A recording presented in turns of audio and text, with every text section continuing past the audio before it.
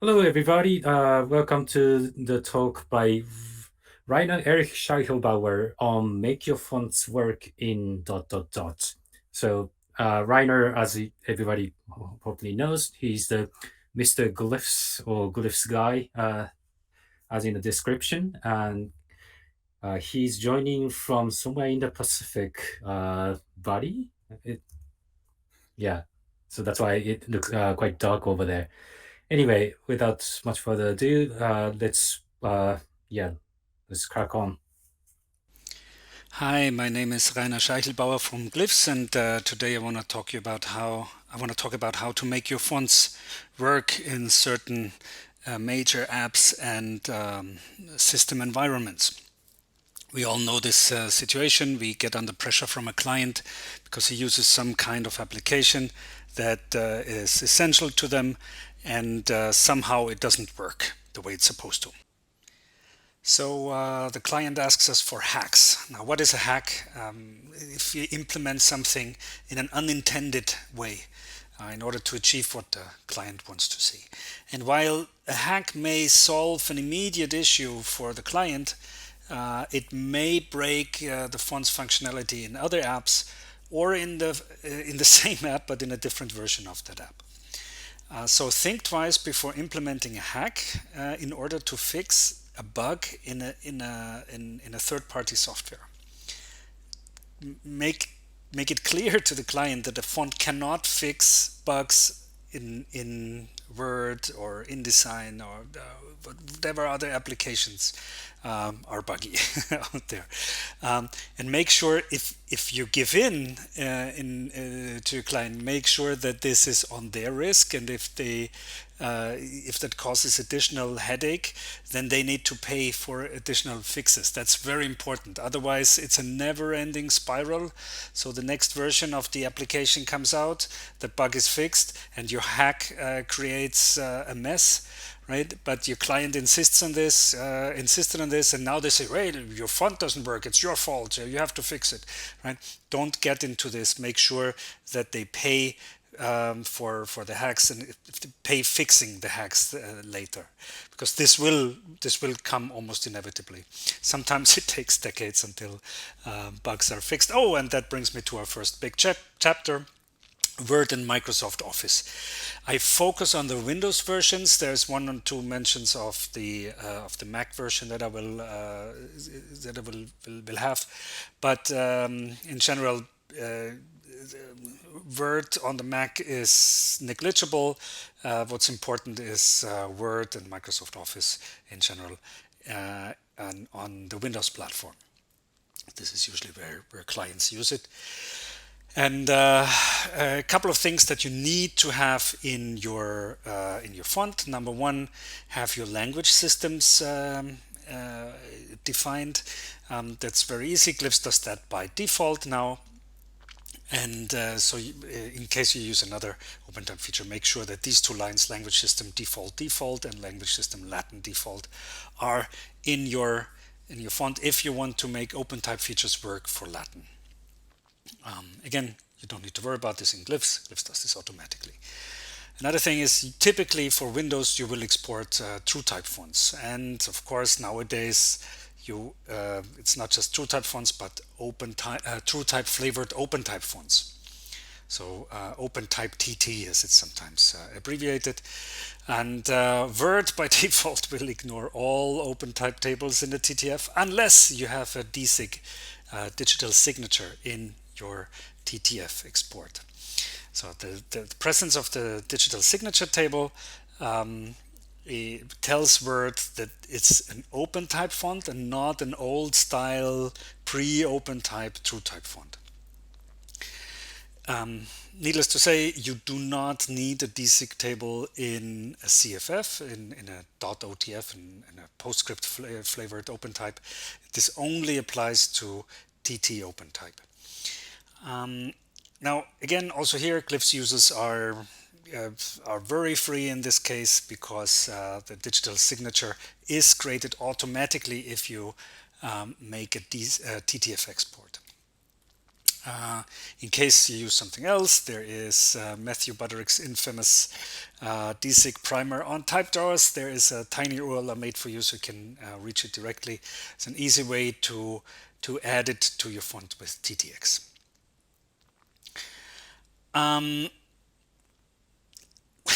There's this. It's a question if it's a bug or intended behavior. I would say it's a bug because telling from the client reaction, the Windows version of Microsoft Office or Word has a pretty buggy font menu. Now, there's a screenshot on the right side of the screen. Now, in general, you will see here's congenial or congenial, I don't know how you pronounce it, but you see number one, all styles of this of the family that can be reached through the bold and italic buttons, they are not displayed in the menu. So they're not accessible in the menu because you're supposed to reach them with the bold and italic buttons. Now, the funny thing is, and you see it here also, certain styles like light, semi-bold, here also black, ultralight, etc. They are in the menu, yeah, but not the bold, and also no italics whatsoever are in the menu, are visible in the menu, because you need to select. For if you want to reach the congenial black italic, you have to select congenial black as a family in the entry, in the menu entry, and then click on the italic button. Or if you want to reach bold italic, you have to choose congenial without any suffix, and then press both the bold and italic buttons. Now this is pretty confusing for clients, especially if they ordered more than just the Ribby fonts, right, from you. So more than just regular italic, bold, and bold italic, or short Ribby. Now the Ribby implementation, I would say it's so bad and confusing for clients or for users that I would consider this a bug, and it's time that Microsoft should ditch this way of addressing things, because also you see the different weights, they are listed alphabetically rather than what would make more sense in terms of the weight class, right? Now, what you need to do in order to make it work is what Microsoft Word requires from you is that you set your name ID 1, which is supposedly the family name, to a unique family name for your Ribby family. So that means for Congenial Black, the family name will be Congenial Black, and the style name of Congenial Black is regular. Yeah, because in name ID 2, the style name, you can only have regular italic, bold, and bold italic, nothing else. So so otherwise functionality will be broken on Windows. There is no solution for this currently, other than to put your proper the proper family and style names into name ID 16 and 17. They are the typographic family names, or they used to be called preferred family names. And yeah, so until Microsoft fixes this, but they've kept it the same way for, I think it's now more than 30 years, so I don't expect miracles, but who knows, maybe the next major version they will do it properly. Just like the font menu in Word for Mac actually works the way you expect it. You select Congenial, and then in a sub-menu you select any of the styles, yeah? And the bold and italic buttons still work, just your font menu doesn't get congested with all kinds of non-Ribby family names. Makes no sense, very confusing to the user. You need to explain this to them. And yeah, so all styles reachable via bold and italic buttons are not displayed in the menu. Yeah. One thing I forgot to mention here in this slide is that you need to set up the style linking properly, but that's not a biggie for Glyphs users because they just need to click a button. Yes, the next big thing. This is one of the most frequent support issues we have at Glyphs. The buggy implementation of vertical metrics in Microsoft Office applications, and no matter which ones you take. So the idea is that every font should have the use typometrics flag on. This is the so-called OS2 FS selection bit number 7.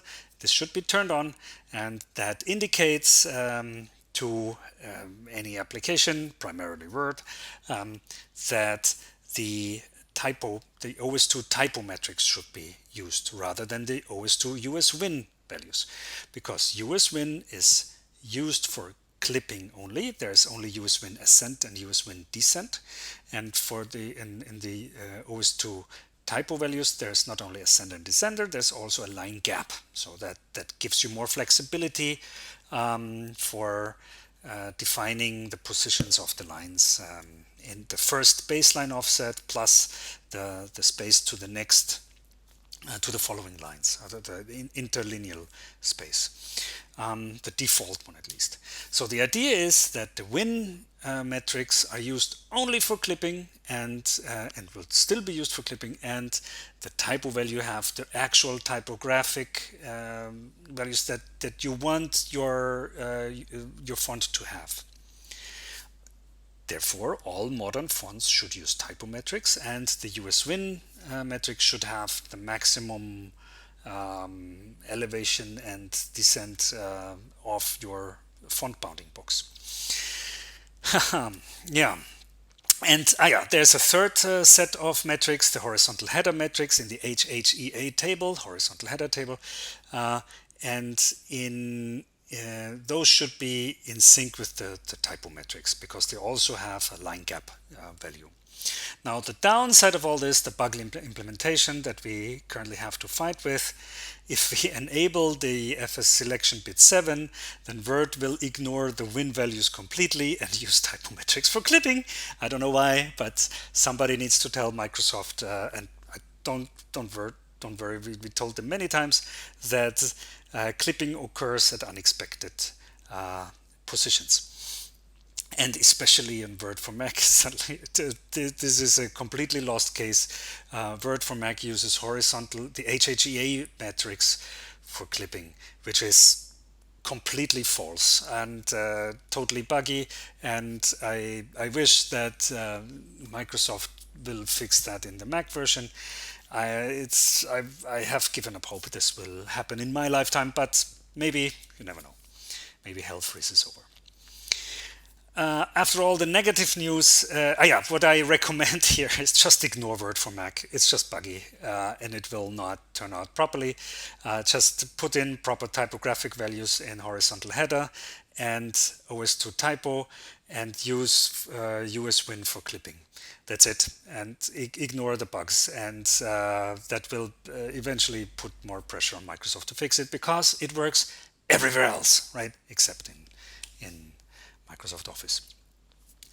Another thing, good news is about the usWeightClass implementation. There used to be a bug, and every older type designer will tell you about this. usWeightClass values below 250 caused Word to artificially bolden the font. And here's a sample rendering. I tried in this artificial bolding actually. What it actually does, it just prints the font twice with a slight horizontal offset. And this, I don't know whose idea this was, but this is such an obvious screaming bug. I don't know why anyone would have this idea. There are some mythological explanations out there. It's just wrong, and luckily it has been fixed a long time ago. So what some people tell you, oh, never use usWeightClass values below 250, you can ditch this information. You can completely ignore this. usWeightClass is now properly and has been properly implemented in Word, etc. for quite a long time. I remember an old version, maybe I think in Vista it was already fixed, but I'm not entirely sure. But I believe the fix goes back to the early noughties, and it's safe to say that anyone who runs software that is that old is not the Venn diagram of people who run super old software that has been updated 20 times already, and people who are willing to pay money for your font is zero. There is no overlap between these two groups, so you can safely ignore this. Another good news I have for you is the Buggy TF generation. So until very recently, what happened that if you Microsoft Word has a PDF export implemented, and which is really cool because you can just export PDFs right out of Word. It's like amazing. Most users use this. And what happens if you use your custom font there, so any non-Microsoft font, there used to be a hard-coded list, I believe. Nobody really knows because this is only reverse engineered information, and Microsoft never ever followed up what exactly they were doing, as far as I know at least, but please correct me if I'm wrong. So they mess up your PDF generation. What they do is they put a bitmap, a bad bitmap into your PDF, and yeah, just deal with it.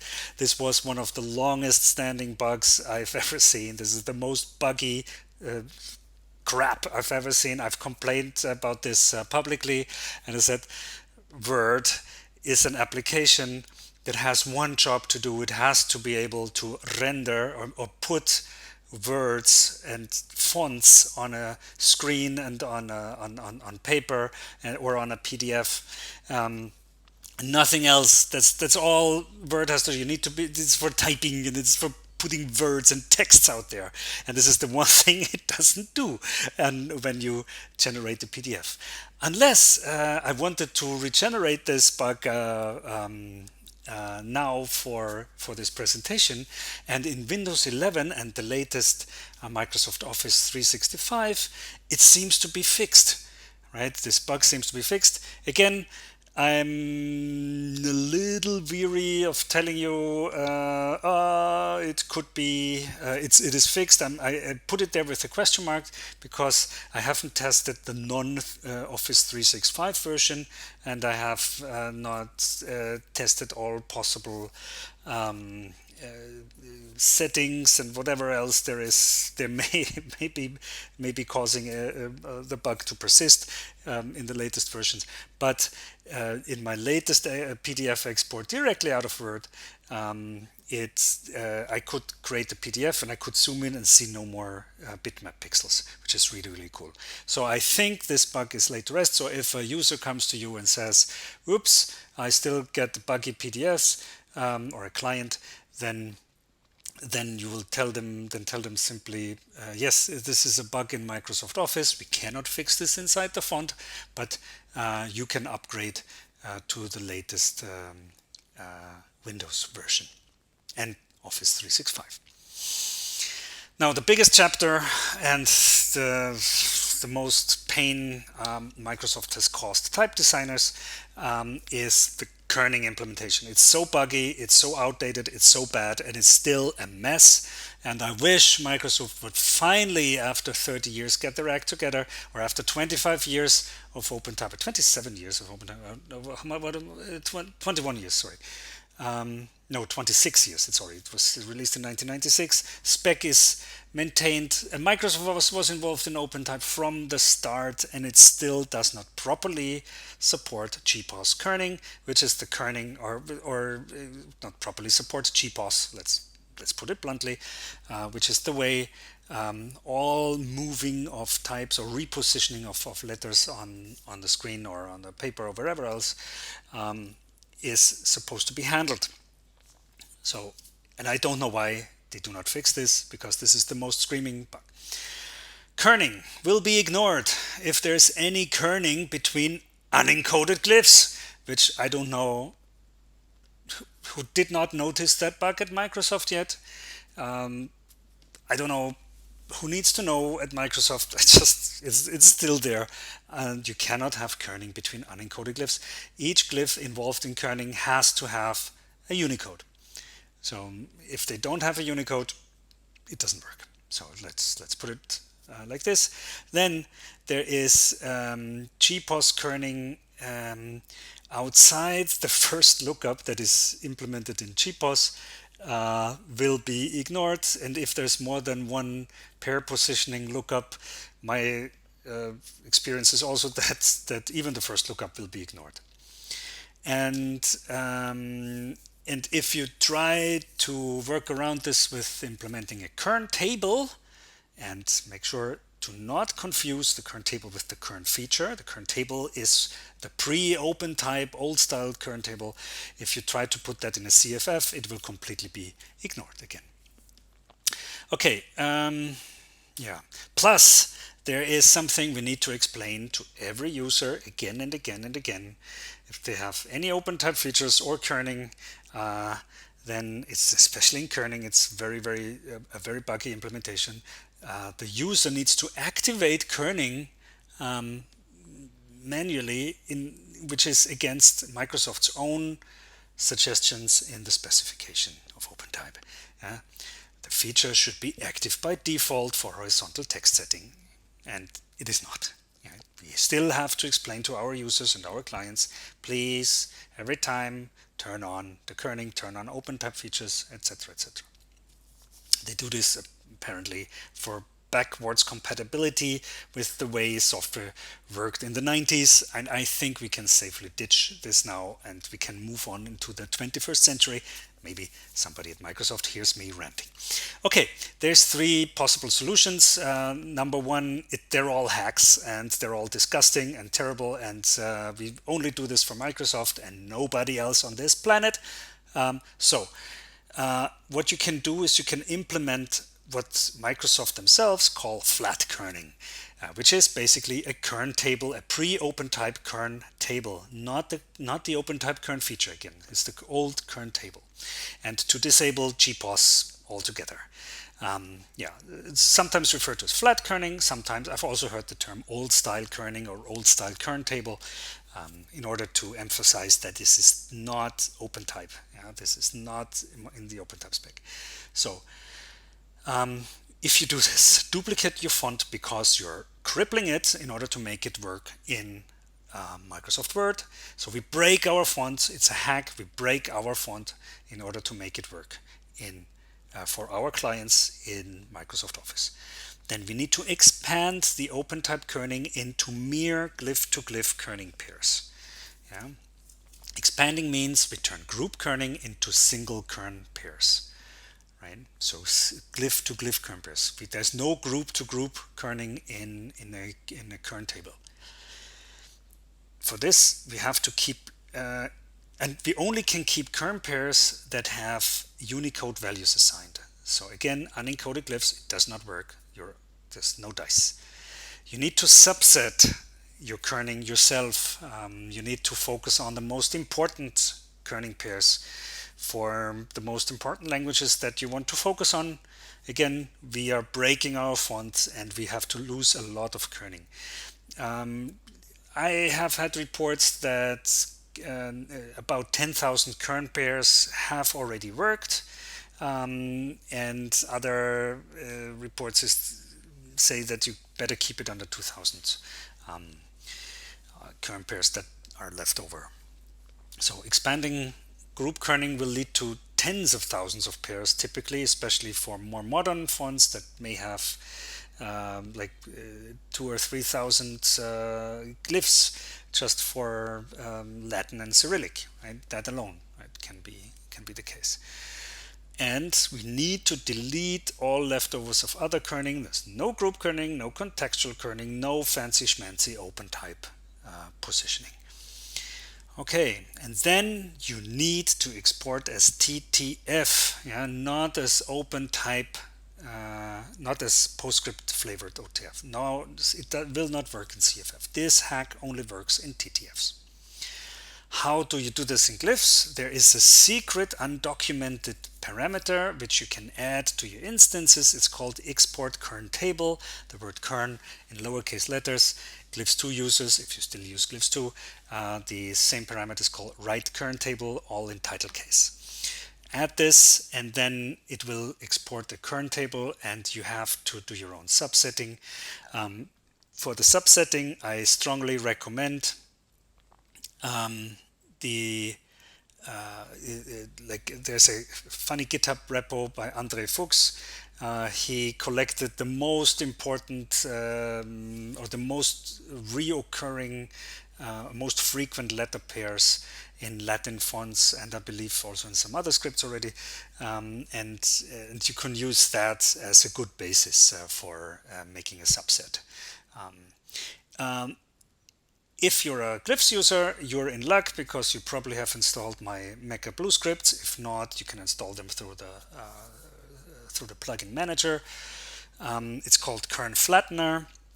What it does, it removes all group kerning, it subsets kerning with the relevant pairs according to Andre Fuchs, and it double checks that you have the language systems in your OpenType features, and it removes or disables the GPOS features. And this is what you're left with. Only letter-to-letter kerning, no more group kerning. Right? This is all that's left over. And and typically we will end up with only 1.5 to 2,000 kern pairs. And this should also work for interpolation, by the way. This is one solution. Number two, the other solution is to use the dist feature or the distances feature. Tag dist. There is one good thing about the dist features. It is always on in Word, so we do not have to ask the user to enable kerning. It is still ignored in other more buggy apps like PowerPoint, as far as I know. At least I haven't double checked in the latest version. Maybe there it is. It's already fixed, and the downside, however, is that dist is intended for Brahmic scripts. It's not intended for Latin or Cyrillic, and it may cause other software to behave unexpectedly. We have had reports of, but it's unconfirmed by me, that if you have the same lookup used twice or assigned to two features in dist and in kern, then it will not. It might be added twice. It should not happen because any lookup should only be executed once. But then this is also another, it triggers bugs in other software. So use it carefully, only do it for clients who use the font exclusively in Microsoft Word, otherwise it makes no sense. Yeah. Yes, and here's in the spec, it's used for Indic or other Brahmi derived scripts. Solution hack number 3, squeeze all your kerning into the first lookup only. You can keep the GPOS kerning, it typically works, but only the first lookup. Only one lookup, lookup of type 2, which is the pair adjustment type. So, and then you should even be able to use group kerning.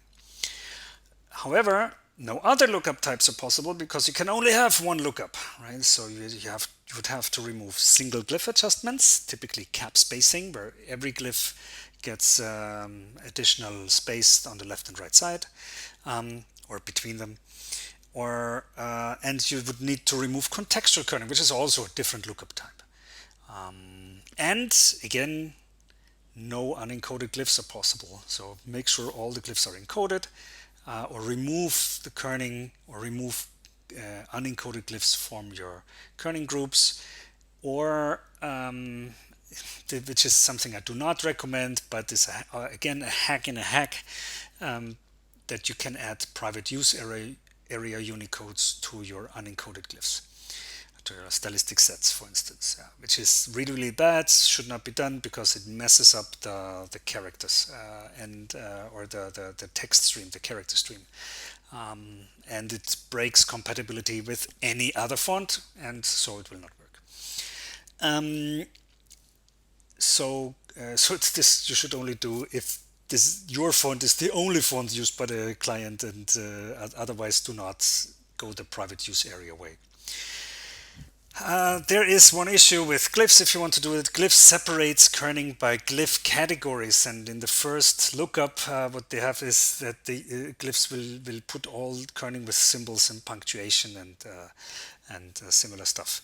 The current hack that you can do, and in the future we are planning to have a parameter, is that you can assign to all punctuation and symbols, etc., the letter category. It doesn't make any difference otherwise in the exporting font. This has mainly Glyphs internal significance. Do not do this. Do not do this for your marks though, so keep the marks out. Make sure your marks are not current, are not part of the current feature, so this would not make any sense anyway. But yeah, so but to punctuation and symbols, apply the category letter, and yeah, and remove as many of the other ones that you have. That will reduce your pair adjustment lookups to only one. There should only be one, and that should remove here's a typical export from Glyphs, which separates the different groups of the different categories into different kerning lookups or cheapos lookups.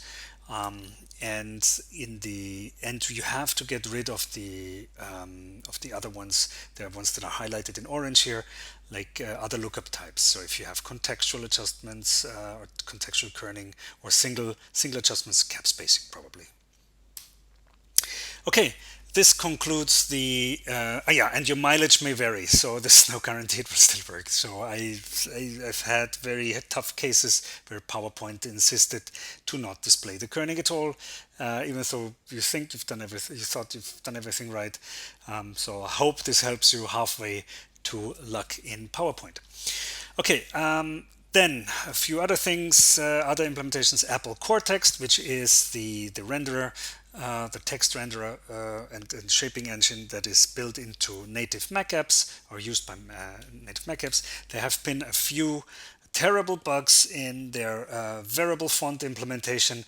The good news I have for you, the two major bugs there are fixed. Number one, the left side bearings of composites may shift more than they're supposed to shift. This I spare you the details. This is fixed in macOS 10.13, which is already quite some time ago. The only problem with this is that Mac users tend to hold on to their Macs for a long time, and so the bug may still be visible to some users that refuse to upgrade their machines or upgrade their system. If a user comes to you with that, or a client comes to you with that, tell them to upgrade to at least 10.14, or I believe the latest iteration of 10.13 at least. I think the 10.13.6 or 10, whatever it was, so that the last 10.13 fixes this already. Then there was another tough bug, and I discovered the other day that it has been fixed as well. The optical size, and I believe, as far as I know, only Safari was affected. It shows the max value of the optical size axis in the minimum position. Right, and you see this here. I drag the slider all the way to the left, and I suddenly get the highest optical size. But this, luckily, is also fixed in recent macOS versions, at least in macOS 11, probably already in 10.15, but I'm not entirely sure about this. I can't go back to that. Okay, a few other things is the font questions we get a lot. There is some things we have to deal with, however, is the order Apple imposes on your family in the font menu. This cannot be circumvented. The regular and the italic, or the default weight, is always listed first. whatever it is. So first comes regular italic, and then the light and the semi-light and the, in this case, the book, and then the medium semi-bold things come afterwards. Right? It does respect the weight class setting now in most recent versions of macOS. In older versions of macOS, the order in the font menu was completely random. Apparently, it applied some kind of heuristics which Apple never disclosed. I asked them, at every Apple employee that I meet, I ask them about this, or I used to ask them. I give up on this, and they are just silent on this. They don't talk. So because maybe they've signed an NDA that they have to promise to be shot onto Mars if they ever say it, or whatever. I don't know. In any event, another thing about this is another positive good news is that the automatic translations of your style names is no more. So especially users of the German version of macOS, they know that the words book and light were translated quite literally. Into the light you switch on and off, and into the book that you read, and it made no sense. You would not call it like this in German. And this, luckily, I set my system to German. I rebooted and I tried this again. This is fixed at least in the most recent macOS. So again, the downside is that old versions of macOS are still quite widespread. But yeah, if that occurs, then tell your users this is a bug by Apple and they fixed it. Please upgrade. Another thing we cannot do anything about, we cannot fix another huge bug by Apple. They enforce what you see. They force what you see is what you get menus on users, which is a shame because font buyers, if you're lucky enough to have a Mac user that buys fonts, then they cannot. They will tend to have installed more fonts than the average user, so quite many fonts, and that simply breaks the "what you see is what you get" menu. And I would love to have shown it to you, but it beach balled out on me, so I couldn't show you the screenshot. Yeah, then the only workaround for this is to educate our users to do not use the WYSIWYG menus. Invoke Command T and invoke the font panel and move it over what you see is what you get menu, so you do not get tempted to actually use it. And this is how I was working with this application today. I had to force quit it because it would not respond anymore, and whatever. Whew. Okay, last big chapter today, and I need to hurry up because I'm talking too long already. I'm sorry for this.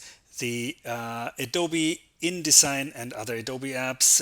The most striking issue I have with Adobe is that they have still very inconsistent implementations of the way fonts are treated. Give you one example that only affects us as type designers, so not our users luckily, is the Adobe Fonts folder, which is a great invention because we can test our fonts very quickly and easily in Adobe applications with that. I even dedicated a whole Glyphs tutorial to the Adobe Fonts folder. But it only works in some of the Adobe apps, not in all of them, and especially it doesn't work in XD, which is very popular amongst UX and UI designers. And there we are, just out of luck, and I don't know why they do it, but or why they don't implement it everywhere, but that's just how it is. Probably they have slightly different renderers and type engines everywhere. I have no idea. I never got a clear answer on this because every app is worked on by a different group. So everyone I asked about this said, "Oh, I don't know. This is a different group in Adobe, whatever." Yeah. Okay, so it will probably take a long time for Adobe to sync their experience across apps. They have gotten better though. Remember in Adobe Illustrator and InDesign, in Illustrator you could access the salt feature, the stylistic alternate feature, and in InDesign you couldn't access the stylistic alternate feature. Therefore in InDesign, but in InDesign you could use the stylistic sets, which were not accessible in Adobe Illustrator. Now they are. Stylistic sets are available in both apps. Salt is still only available in AI as far as I know, but correct me if I'm wrong. The good thing about Adobe is that unlike Apple, they have a rental model where users are pushed to keep updating.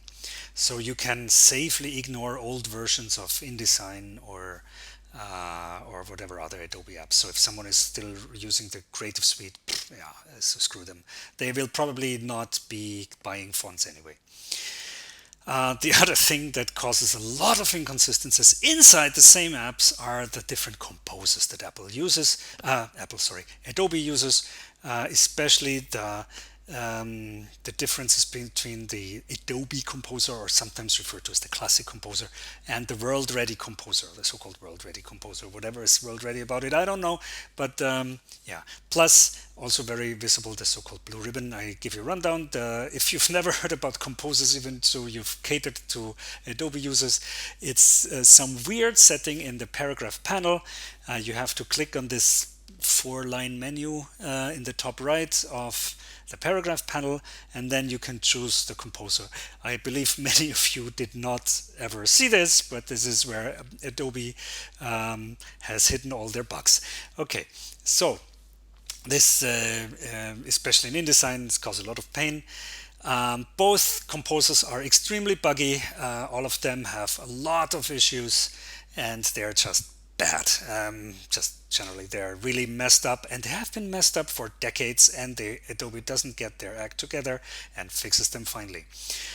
Give you some examples. The World Ready Composer does not support Mark to Base for Latin fonts.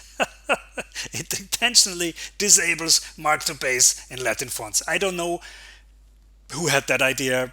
It's beyond comprehension. In the Classic Composer, however, it works. So, yeah. And the blue ribbon for accessing character alternates is only available in the Classic Composer, not in the World Ready Composer. Another bug in the World Ready Composer is, or actually not a bug, if you activate all caps in the World Ready Composer, it also this is a funny thing. It will case fold everything that it can case fold. So this is actually correct. So World Ready Composer does this correct. It also case folds your florin sign, which is technically not the florin sign, but the F hook. And there's a lowercase f hook and there's an uppercase f hook. So in the Classic Composer, this is ignored because the Classic Composer assumes that the f hook is a florin, the currency sign, which is, to my knowledge, hardly in use anymore, but okay. Could be, and it keeps it from case folding when you activate all caps. Now, in order to fix this, give your florin both the uppercase and lowercase Unicodes, or duplicate your florin and rename it to uppercase F hook. Yeah, so okay, a few other things. Most of the time you implement an OpenType feature in your font, and if it doesn't work in Adobe apps, tell your users to switch the composer. Most issues are fixed by switching the composer. I spare you the details now if you can read it. This is just a small excerpt that I've come across, and it's been so many things that can go awkward.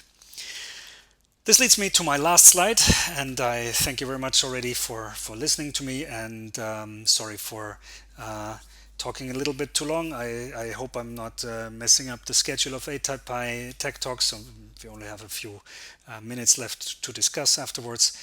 I would love Microsoft, Apple, and Adobe, and in analogy, any other app developer who puts letters on the screen somehow to dare and to change their implementations, even though it means breaking backwards compatibility in edge cases, in ignorable edge cases. So people who've had, I would not expect my Word file from 1997 to behave exactly as it did back then today. if I open it. What I do expect is that my fonts work, the fonts that I paid many, I don't know, dollars for, and I can't get them to work. This is where where users have spent money and they can't get it to work in your apps. Please consider this. Yeah. Another thing is I'm a little sick of the don't ask, don't tell policy of some of the major things. Now, Microsoft has been a little more talkative. Apple is completely quiet. The employees are not allowed to talk. Apparently, I don't know. Please correct me if I'm wrong, but every time I asked, I did not get an answer. And Adobe people, yes, sometimes you get an answer, sometimes you don't. Or some what you typically, oh, that's a different group that is working on that. I have no idea. Yeah. So, and many of this, practically all of these bugs that you've seen now have been the result, and all of these hacks that we've come up with has been a result of major reverse engineering jobs. So we've spent a lot of time doing your job, Microsoft, Apple, and Adobe, whereas this should be actually a presentation by Microsoft, by Apple, and by Adobe telling you, so these are the bugs we do not intend to fix, and sorry we've put that in, and this is how you can circumvent them. Yeah, because you know your software better than I do, and I can only do this through reverse engineering. Sorry. And maybe some of the information there is inaccurate, but sorry, Microsoft, Apple, and Adobe, it is your fault. You could have told me a long time when I asked you about it. What I'd love to see also is there is 2 or 3 forums of the type design community. You know these forums, type drawers, Glyphs forum, etc. You can be, some of you are active there, some of you are not. Maybe it's a good way to interact with the very small number of type designers that need to cater to your software. And it actually is a value. It adds value to your software if fonts work in your software. So I don't know why this is a problem for some of you. I don't know, but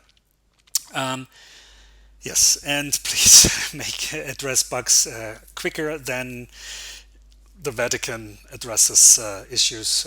And yeah, so every 10 years for a major update for fixes in Word, that's too slow. Like things like that kerning should be on by default. This is a no-brainer. I don't know why we insist on keeping bugs. Just for backwards compatibility, we need to make our software buggy. This makes no sense. Sorry, but some things just need to be addressed at one point, because it causes us type designers to make a lot of third-party software support for free, right? You don't pay us for that, and if you don't pay us for a third-party for your software support, then please just fix the bugs. Okay, yeah. So it is backwards compatibility cannot be an excuse for making us for the hundreds and thousands of work hours lost due to this, due to the bugs that are persistent for decades. And please follow the spec, and especially make OpenType features accessible, make more OpenType features accessible. Pretty much all of the implementations here, especially Microsoft and Adobe, they only show a very small excerpt of all the OpenType features that are theoretically available in a font. And why it has to be this use case, and also make them accessible where they count.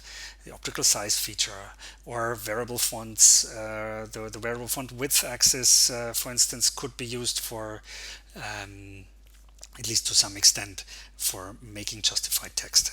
Things that we've been asking for years already, and it's been still being ignored. And respect the on by default suggestions in the spec. Kerning should be on by default. Contextual alternates should be on by default. The web browsers do it. So the web browsers do it right. So currently, I'd say the best implementations that we have currently of OpenType fonts are in the web browsers. But even there, I have some complaints. But this is for a different